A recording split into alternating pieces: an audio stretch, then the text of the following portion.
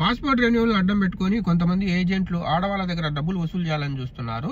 ఖత్తర్లో passport renewal 2 సంవత్సరాలే renew అవుతుంది, 10 సంవత్సరాలు కాదు. అందుకని చెప్పేసి ఖత్తర్లో ఉన్న ఒక మహిళ ఇండియాలో ఉన్న ఒక ఏజెంట్ను అన్న ఇక్కడ 2 సంవత్సరాలే అవుతుంది, 10 సంవత్సరాలు చేసుకోవాలంటే ఎలా అని అడిగితే వాడు వచ్చేసి నీ పాస్పోర్ట్ని పోస్ట్ ద్వారా ఇండియాకు పంపించేసి ఇంత ఖర్చు అవుతుంది, నేను ఇక్కడ పాస్పోర్ట్ రెన్యూ చేయించి మళ్ళీ నీకు రిటర్న్ పోస్ట్ ద్వారా ఖత్తర్కు పంపిస్తానని చెప్పాడు.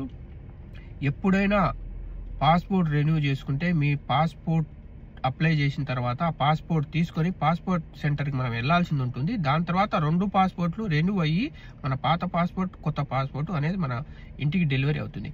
ఒకవేళ మీరు ఖత్తర్లో కనుక రెన్యూ చేయించుకుంటే మీరు ఎంబసీకి వెళ్ళి పాస్పోర్ట్ని సబ్మిట్ చేస్తే దాని తర్వాత ఒక టైం ఇస్తారు, ఆ టైంకి వెళ్ళి మనం పాస్పోర్ట్ తీసుకోవాల్సింది ఉంటుంది, 2 కొత్తది ఇంకా పాతది.